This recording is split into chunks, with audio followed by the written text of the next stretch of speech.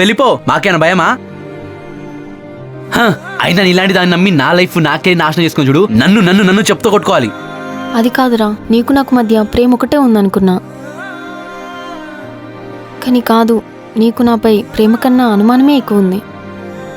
అలా కాదు, నా ప్లేస్లో నువ్వు ఉన్నా అలానే అన్నదానివి, అది గుర్తుపెట్టుకో. గౌతమ్, అడిగే పద్ధతి ఒకటి ఉంటుంది. ఏంటి, నాకు ప్రేమ సరిపోక నీ దగ్గరికి వచ్చానా? నీ దగ్గర లేకపోతే మళ్ళీ వేరే వాడి దగ్గరికి వెళ్తానా? నేను అలా అనలేదు. అయ్యో సారీ సార్, ఇందాక మీరే అన్నారు. I'm sorry. నువ్వు ఎక్కడ దూరం అయిపోతావని భయంతో వచ్చిన మాటలు అవి. దాన్ని నెగిటివ్గా తీసుకోకు. ఆ మాటన్న నీకే అలా ఉంటే విన్న నాకెలా ఉండాలి?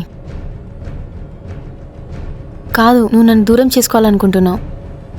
ఇప్పుడు నాకు అనిపిస్తుంది నువ్వు నాకు వద్దు, నాకు మా నాన్న కావాలి.